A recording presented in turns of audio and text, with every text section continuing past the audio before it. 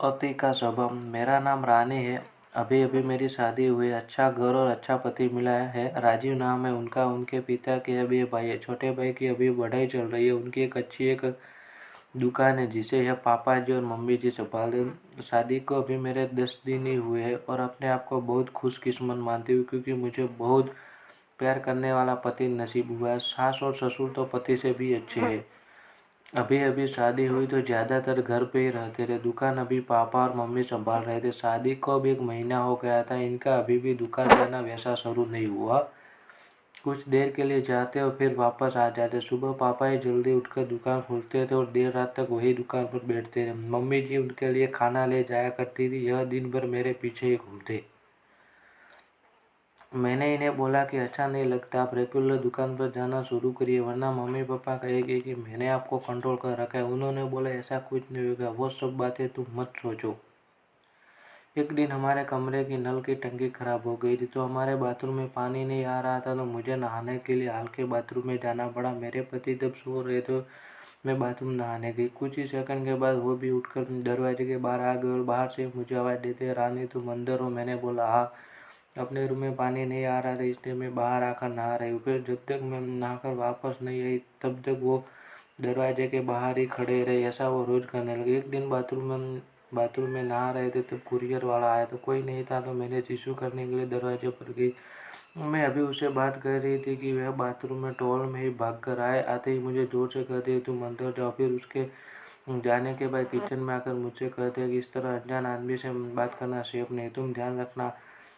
फिर उसके बाद में कई बातें देखे। जैसे हम बाहर जाते तो मुझे देखते रहे, इधर उधर नहीं देखने देते।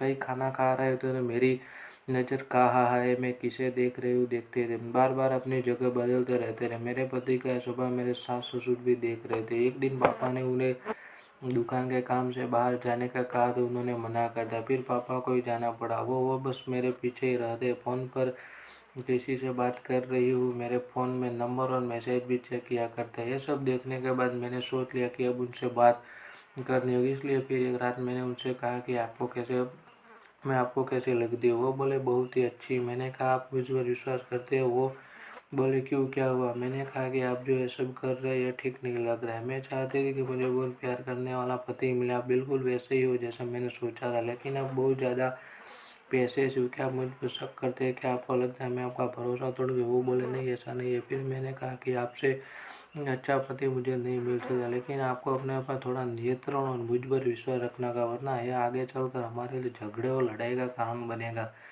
मुझे पता है शायद आपको मुश्किल लगेगा लेकिन आप थोड़ा थोड़ा बदलिए, मैं आपके साथ हूँ। वो बोले हाँ मैं कोशिश करूँ। अगली सुबह मैंने उनको उठाया और कहा ये दुकान आप जाएंगे और खाने के पहले नहीं आएंगे। मैं घर में हूँ, चाहे तो आप फ़ोन कर लेना। वो जैसे तैसे मन मार कर गए। कभी रूठ कर तो कभी प्यार से। धीरे धीरे उनकी आदत में सुधारने की कोशिश कर रही हूँ। मैं एक पत्नी ही अगर पति को नहीं समझोगी तो कौन समझाएगा? बहुत हद तक मैंने उनका स्वभाव बदल दिया। बात को बढ़ाना नहीं, बात को किसी तरह से सुलझाना चाहिए, यह सोचना चाहिए। हम दोनों एक बात तय हुई कि हम एक दूसरे के मन में क्या चल रहा है हमेशा एक दूसरे को बताते रहेंगे। बात नहीं करना, अपनी बात मन में ही रखना किसी समस्या को जन्म देता है। आपको यह कहानी कैसे लगी कमेंट करके हमें ज़रूर बताएं।